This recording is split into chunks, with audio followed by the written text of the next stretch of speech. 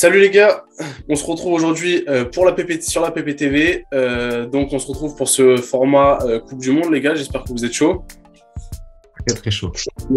Chaud bouillant. Ouais, voilà, donc là on se retrouve vraiment à moins de 48 heures de l'ouverture de la Coupe du Monde. Donc on va aborder plusieurs sujets, l'équipe de France, nos favoris, les surprises et plein d'autres sujets autour d'un bon gros format.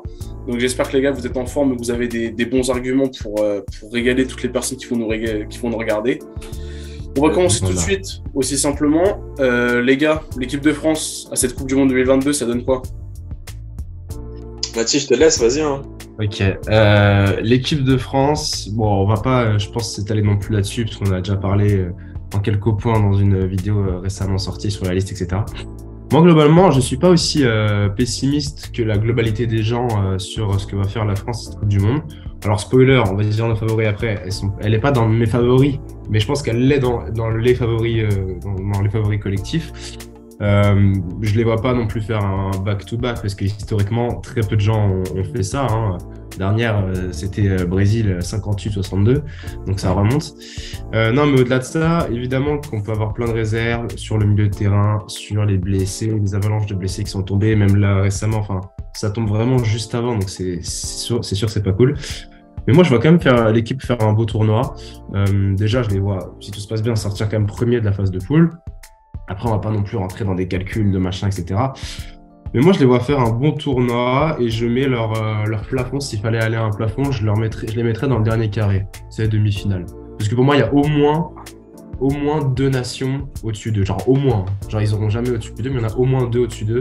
Et du coup, ça me les met au maximum dans un dernier carré. Donc, un dernier carré, on va pas non plus être très manichéen. Il y a de la nuance. Dernier carré, ça reste quand même une très bonne compétition. Donc, je les vois quand même faire une bonne compétition malgré tout ça.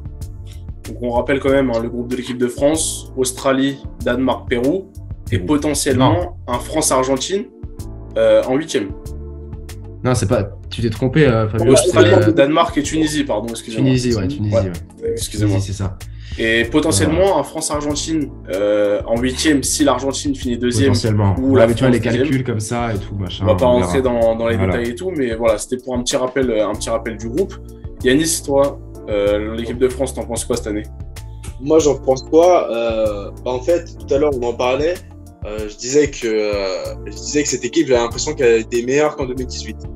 Et en fait, en citant à chaque fois, je me suis rendu compte que c'est faux et qu'à chaque fois, le niveau a baissé parce que blessé, parce que méforme, et puis voilà. Hormis en attaque où on a, je pense, une frappe atomique de zinzin. Honnêtement, je pense que cette équipe s'est quand même pas mal affaiblie. Après, voilà, il y a des superstars et tout, ça peut matcher. Je suis quand même assez pessimiste, hein. Parce qu'en plus, le Danemark, ça joue, qui nous ont déjà battus 2 fois. Les 2 dernières rencontres, là en plus, c'est récent quand même. Je sais pas. Moi, je me dis que cette équipe va se qualifier pour les 8e, c'est évident. Premier, deuxième, je sais pas. Mais là, je mets un truc, et là, je peux vous assurer un truc, hein. Je pense que si on est premier de notre groupe, on se tape un tableau, les gars, d'une facilité. J'avais regardé, d'ailleurs, je me souviens plus, hein, mais j'avais regardé sur le site de la Coupe du Monde.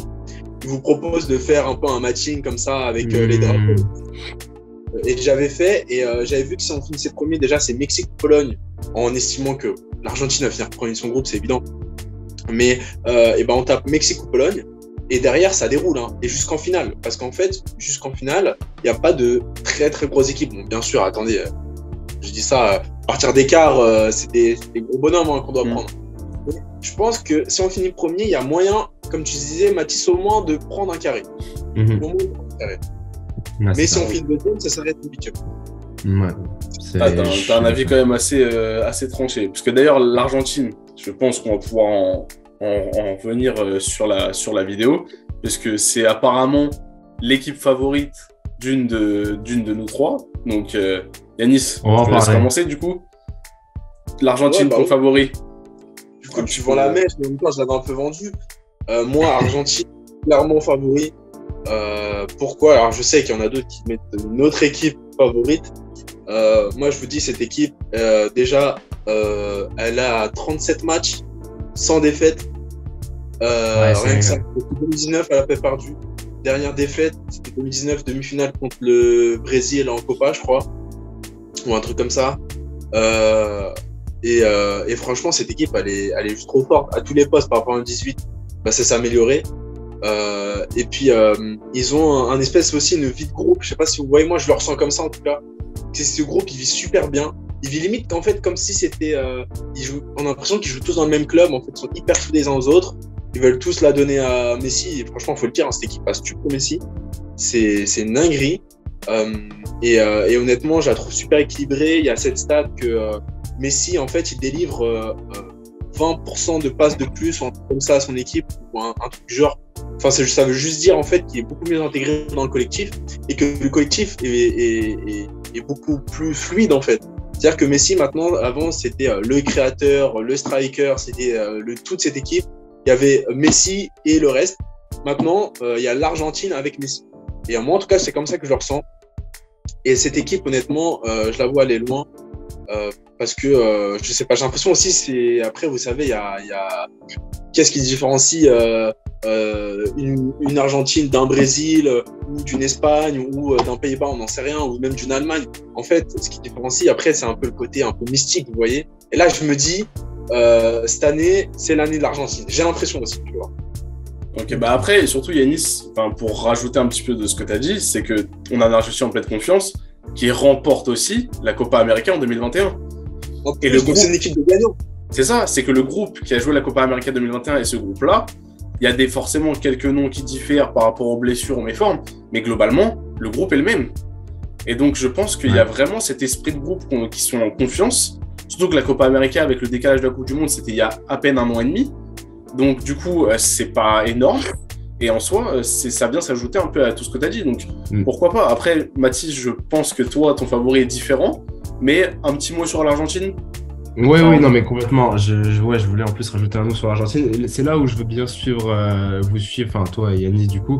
C'est que elle fait partie de ces équipes, il y en a d'autres, hein, mais l'Argentine fait partie de ces équipes qui, en termes de dynamique mondiale, du coup, ça veut dire 2-3 ans, mais 2-3 ans dans des fenêtres mondiales, c'est du court terme en vrai. Mais dans des dynamiques, elle est vraiment dans une dynamique positive, c'est-à-dire que ça grimpe, quoi. Tu vois, on n'a pas l'impression qu'on est en fin de cycle, etc. Même si on a un Messi qui est vieux, bien évidemment, il est encore au niveau de faire un beau mondial. D'ailleurs, il y a beaucoup de gens pour qui ce sera le dernier mondial, et du coup, on est très curieux de voir ce que ça va donner. Messi en fait partie. Mais ouais, la victoire en Copa, et je suis complètement d'accord avec toi, on sent le côté groupe qui vit bien, groupe qui sait poser sa hiérarchie, c'est-à-dire que ça joue pour Messi, clairement. Après, Messi, c'est pas non plus le dernier des manchots à la passe, à la création, etc. Donc ça joue pour lui, mais il peut éventuellement faire jouer ses copains. Donc non, c'est un truc où je veux bien te suivre. Mais là, je vais me permettre de te relancer, toi Fabio, vu que tu n'as pas donné ton avis sur l'équipe de France. Dis-toi ton favori, parce que je crois qu'on a le même plutôt. Ouais, j'avoue, je n'ai pas donné mon avis sur l'équipe de France parce que j'étais assez d'accord globalement avec les arguments que vous avez exposés.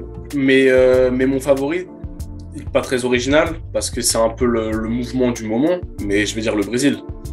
C'est-à-dire que c'est très sud-américain, hein. Toi Yanis, l'Argentine, moi le Brésil. Mathis, on partage le même avis, tu en diras un peu plus juste après, mais ce que je veux dire, c'est que il n'y a pas de grosses nations européennes qui se dégagent vraiment. Vraiment, on est tous unanimes pour le dire.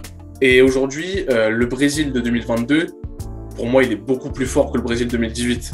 Entre des joueurs qui ont augmenté leur niveau, des joueurs qui n'étaient pas là en 2018, qui le sont en 2022. Donc honnêtement, pour moi, je me dis pourquoi pas l'année du Brésil. Après, peut-être qu'on les voit aussi trop beaux, parce que le fait que les médias en parlent beaucoup aussi, ça gonfle un peu cette idée que le Brésil, c'est peut-être leur année.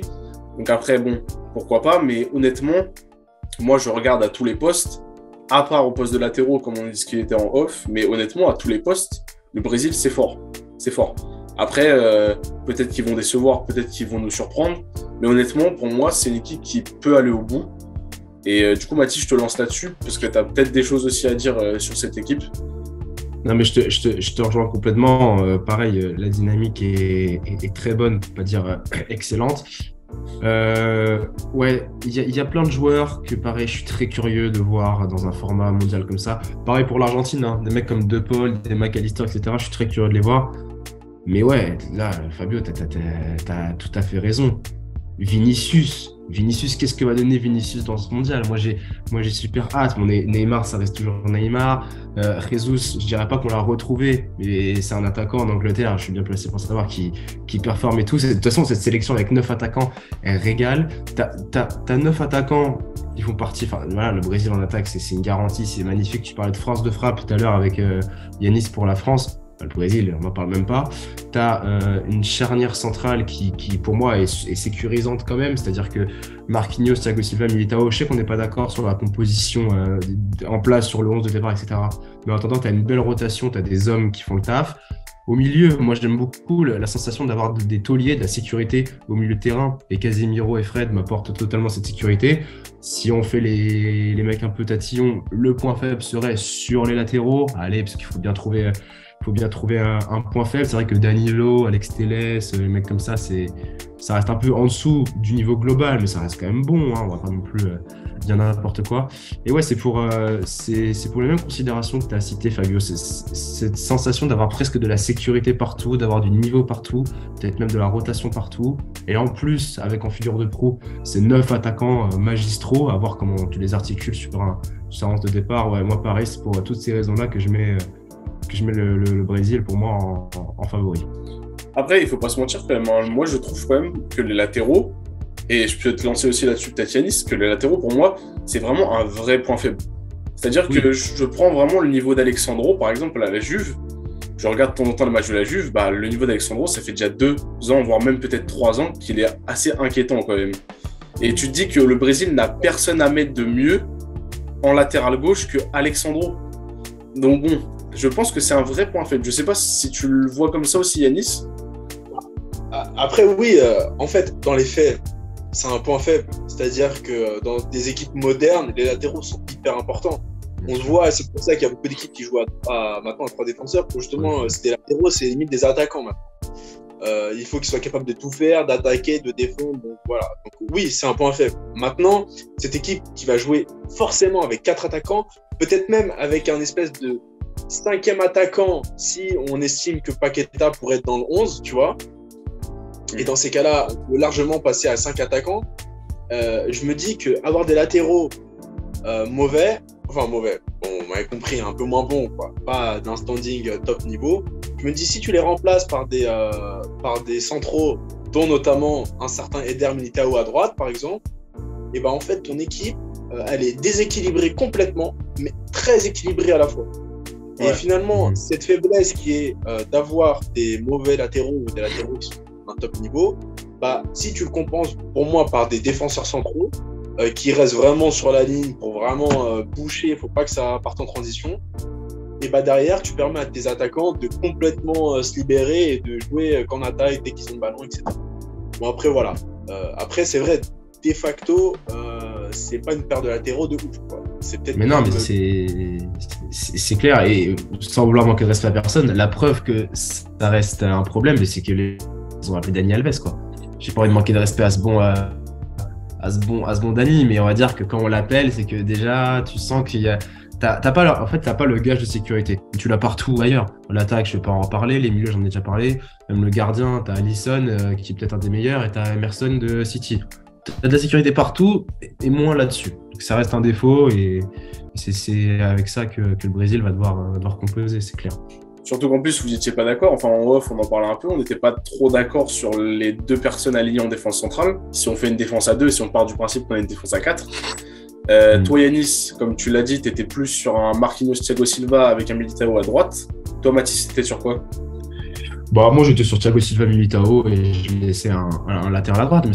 Mais ça s'entend, parce que ce que Yanis propose, c'est un peu, ça répond justement à cette problématique des latéraux. C'est un peu pour pallier à ça. Après, moi, j'ai un peu de mal à mettre Militao qui quand même qui performe, parce que surperforme, c'est limite un peu péjoratif, parce que ça veut dire que c'est anormal qu'il fasse ça. Mais genre, qui performe de fou au Real, et j'ai peur que de le mettre à droite, ça t'exploite pas non plus tout son potentiel. Thiago Silva, vu son âge, vu son état de forme, je te le mettrais peut-être en super sub. Mais après, ça s'entend, ça s'entend complètement. Ouais, parce que c'est ça, c'est que Militao, il performe même très très bien, mais en tant que central. Il performe pas en tant que latéral. C'est ça le truc. Mais après, c'est vrai qu'entre Militao et Thiago Silva, si t'en fous un à droite, évidemment que tu vas pas mettre Thiago Silva à droite. Ouais, le fait de mettre Militao en soi à droite, je suis pas contre ça, vraiment de facto. Mais j'aurais préféré le mettre en centrale. Il m'apporte plus de sécurité. Que ça soit, j'ai vraiment envie de dire que ça soit offensivement ou défensivement. Offensivement, voilà, ce qu'on cherche maintenant, les centraux modernes, avant tout, on leur demande pas une frappe de ouf, on leur demande peut-être le plus important, c'est peut-être un jeu de tête, tu vois, une menace à la tête et tout. Pareil, en dernier rempart, Militao, moi j'adore. Enfin, moi j'aurais mis Militao, mais voilà, c'est une petite discussion comme ça, on va voir ce qui va se passer sur le terrain. On verra ce que Tite nous propose au premier match du Brésil. Après, quand même, les gars, avoir fait quand même cette belle page sur les équipes sud-américaines, il faut quand même peut-être qu'on parle un peu de nous, des équipes européennes, et peut-être même des surprises de votre mondial. Parce que qu'on se le dise, à chaque compétition, que ce soit l'Euro, la Coupe du Monde, il y a tout le temps la belle histoire, la belle équipe qui va faire un quart de finale ou une demi qu'on n'attendait pas. On peut penser notamment au Danemark, par exemple en 2021, qui a fait une demi-finale d'Euro et qui a été très loin, mais vraiment très loin d'être mauvaise, qui pratiquait un beau jeu, qui était plaisante à voir jouer. Donc les gars, moi je vais vous lancer simplement là-dessus. Juste sur le Danemark par exemple, qu'est-ce que vous pensez? Est-ce que le Danemark, je dis pas aller au bout bien entendu, mais peut aller chercher un quart ou une demi et être dans la continuité de son Euro 2021 et de sa belle Ligue des Nations? Mathis, on va commencer par toi. Continuité, oui. Moi, je les vois dans cette dynamique vraiment de continuité parce que la forme, je pense qu'elle est là. Je la vois pas partir. Comme tu as dit, ils font de belles échéances dernièrement. Ils sont vraiment une équipe cool à voir. Il y avait des révélations. Je me rappelle du petit Damsgaard à l'époque qui joue à Brentford actuellement. Ouais, Brentford. Parce qu'avant, il était à la Sampdoria, je crois. Exactement. Il a bougé. Voilà. Ce petit m'avait régalé à voir ce qu'il a proposé. Tu as toujours Eriksen. Pareil, dans la liste de ceux qui sont peut-être leur dernier mondial, c'est peut-être son dernier mondial à lui. Non, et puis c'est toujours une équipe chiante. Elle est dans notre groupe avec la France. France-Danemark, ils sont toujours chiants à prendre, les Danois. Je me rappelle que je crois que c'était notre seul match nul du dernier mondial en 2018. Je crois que France-Danemark, c'est le seul qu'on gagne pas. Ils sont toujours chiants à prendre cette équipe et je vois pas trop pourquoi ça serait plus le cas. Je les vois bien en mode poil à gratter, petit caillou dans la chaussure, petite équipe embêtante dans la continuité de ce qui s'était avant, c'est clair. Et toi Yanis, t'en penses quoi de l'équipe de Eriksen? Moi j'aime beaucoup cette équipe, honnêtement je pense qu'elle va nous donner beaucoup de fil à retordre. Je les vois même passer premiers honnêtement sur notre groupe. Donc c'est pour vous dire que vraiment haut. Je pense qu'ils vont pouvoir taper un quart ou un demi. Après, voilà, toujours des aléas. Mais c'est une super équipe. Mais si je devais quand même dire une surprise, quand je dis surprise, c'est vraiment une équipe qu'on n'attendait peut-être pas à ce niveau. Je dirais l'Uruguay. Parce que l'Uruguay, c'est une équipe qui a une super génération. Des joueurs qui sont actuellement super en forme. Et en fait, il y a eu un nouveau sélectionneur. Alors, je ne sais plus depuis quand. Pardonnez mon manque d'informations, peut-être 1 ou 2 ans. Mais c'est un nouveau sélectionneur et il produit un beau jeu, etc. Et honnêtement, cette équipe d'Uruguay, je la vois potentiellement aller loin, vraiment en mode surprise, en mode voilà, là l'Uruguay, on sait, ça va en 8e, bon voilà, max au quart. Mais je me dis, si ça se trouve, en fait, ils vont surprendre tout le monde et peut-être pouvoir manger une demi ou quelque chose comme ça. Ok. D'ailleurs, ça dit quoi Cavani là? J'ai pas vu les derniers. Cavani à Valence en ce moment, ça va, il est pas trop mauvais. Bon, après, il tombe dans une équipe de Valence qui, bon, sportivement, est déjà malade depuis plusieurs années. Gattuso, il fait pas d'énormes miracles non plus. Même si mais lui, il avait pas des aléas de blessure. Il faisait pas partie de la liste de mecs pour interrogation pour la Coupe du Monde, non? Non, a priori, sur les dernières infos, il est dans le groupe. Après, dans quel état? Parce que bon, tous les jours, comme vous voyez, on reçoit des petites notifs pour nous dire que tel joueur est en doute, tel joueur est forfait. D'ailleurs, Sadio Mané est forfait. Ouais, Sadio Mané. Ça, c'est le gros forfait quand même de ces 2 derniers jours. Le Sénégal, j'avais beaucoup d'espoir en eux. Et en fait, sans Sadio Mané, je me demande ce que ça va donner. Non, tristesse. Mais c'est pour ça. Bon, après, l'Uruguay, on va dire encore une équipe sud-américaine qui vient s'ajouter, une équipe surprise qui vient s'ajouter aux 2 favoris, notamment qu'on a cités plus tôt dans cette vidéo. Donc, vraiment, les gars, je pense qu'on n'a pas une bonne image, on va dire, des équipes européennes cette année. On a du mal à la voir, en tout cas, de se dire que la surprise ou les gagnants peuvent venir d'Europe. Et je pense que honnêtement, moi, personnellement, de toutes les Coupes du Monde que j'ai vécues, j'ai jamais eu cette sensation aussi sud-américaine, on va dire. Vraiment, Non, chaque année, pour moi, c'était une de plus, entre guillemets. Je veux dire ça comme ça, mais une de plus pour un pays européen, que ce soit en 2010, en 2014 ou en 2018. Et là, c'est vrai que cette année, on surfe quand même sur une belle vague sud-américaine. Et j'espère qu'on sera agréablement surpris et pas qu'on aura une nouvelle fois un carré final rempli d'équipes européennes avec des équipes sud-américaines qui ont déçu. Mais Mathis, du coup, là-dessus, je te lance sur ta surprise. Ta surprise européenne, asiatique, sud-américaine? Non, ma surprise elle est un peu européenne et elle va faire jaser, mais c'est un peu un ressenti personnel que j'ai. Moi, je vais vous parler de l'Angleterre. Alors, je vais vous parler de l'Angleterre, pourquoi? Bon, déjà, c'est vrai que historiquement, c'est un peu une nation de losers. À chaque fois, ils perdent.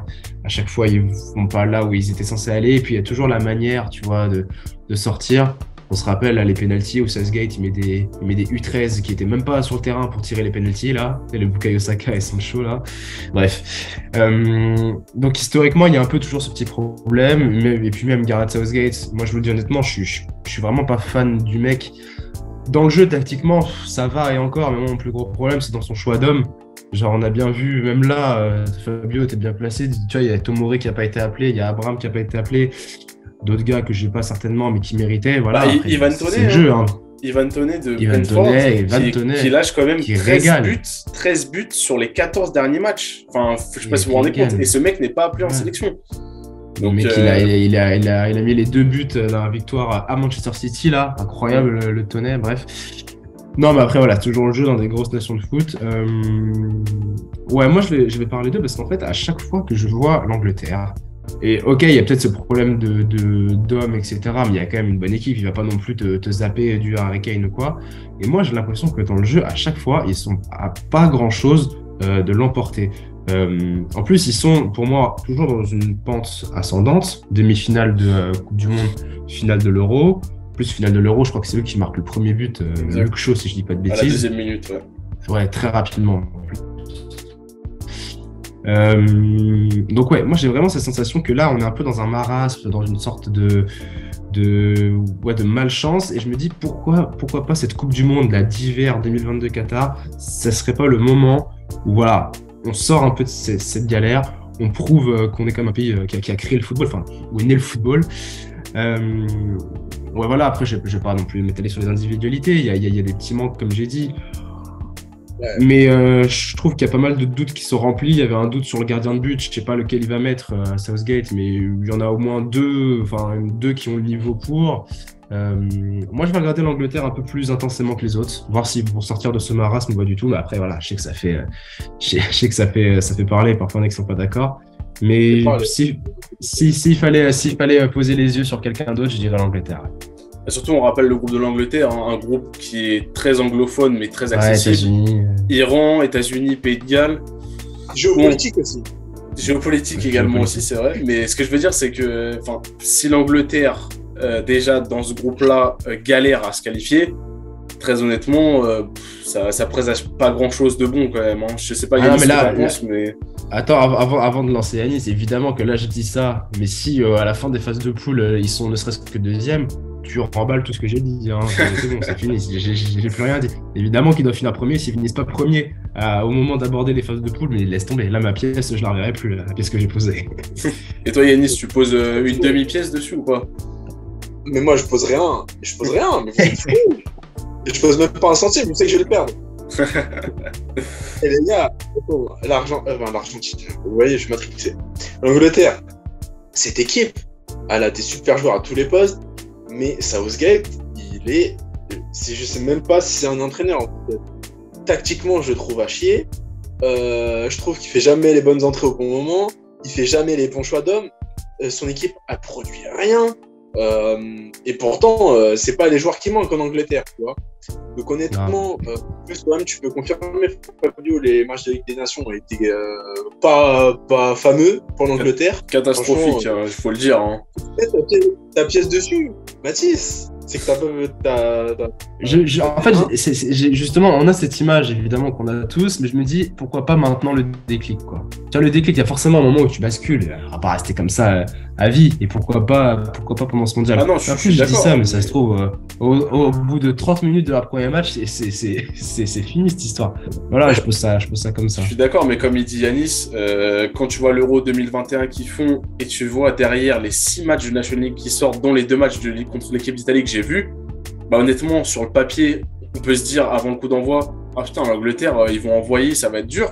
Mais sur les 180 minutes, excusez-moi, mais moi, à aucun moment, ils nous ont fait sentir qu'ils étaient au-dessus de nous.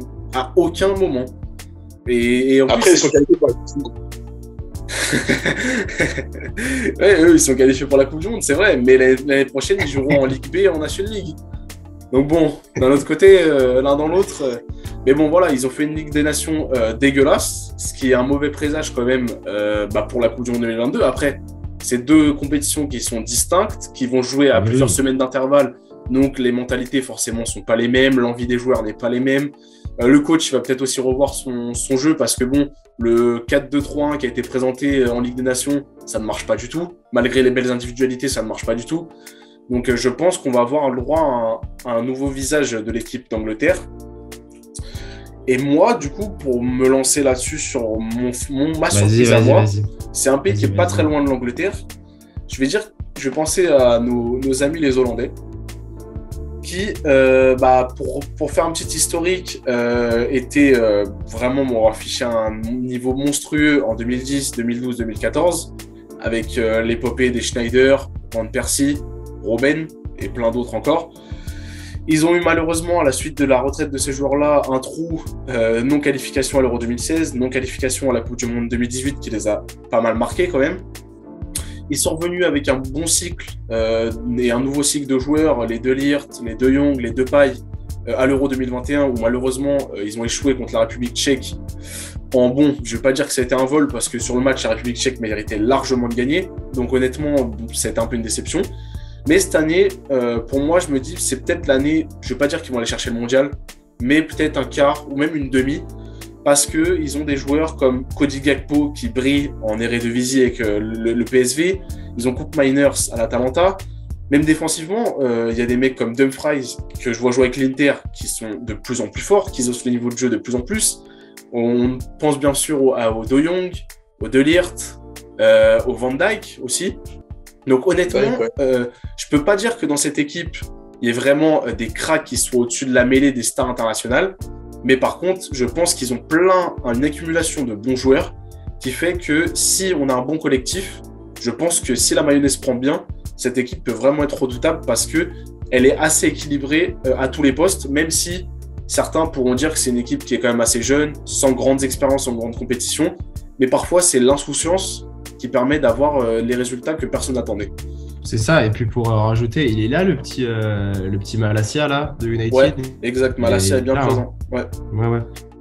Ouais, donc moi, en vrai, cette équipe elle me fait plaisir quand même. Je suis d'accord avec toi en fait, au sens où c'est une équipe qui peut être une surprise.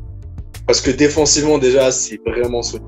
De Vrij, Van Dijk et De Ligt, les trois là, c'est vraiment quelque chose. Des jeunes pépites montantes. Xavi Simons, moi j'aimerais bien le voir titulaire, parce qu'il performe vraiment. Après, honnêtement, offensivement, cette équipe, elle est un peu just, en vrai de vrai.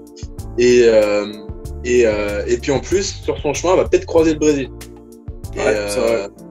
Et si elle croise le Brésil en quart, bah voilà quoi. Ça sera une surprise, mais pas trop non plus. Les Pays-Bas d'ailleurs qui sont dans le groupe du pays hôte, hein. Qatar, Sénégal, Équateur. Exactement, ouais. Et premier match contre le Sénégal. Contre le Sénégal, d'ailleurs, ça va être une belle affiche. Une belle affiche, je pense. Bon, les gars, c'est simple. On a fait le tour de l'équipe de France. On a fait le tour de nos gagnants, nos favoris. On a fait le tour de nos surprises. Le début de la Coupe du Monde, c'est cet après-midi. 17h, Qatar-Équateur. Donc, les gars, on aura l'occasion de vous retrouver, parce que je pense qu'on va faire d'autres vidéos pendant le mondial. Donc, on aura l'occasion de vous retrouver durant ce mondial. Sur ce, n'hésitez pas à partager, à liker la vidéo et surtout, prenez bien soin de vous et on se retrouve dans une prochaine vidéo. Salut les gars. Salut.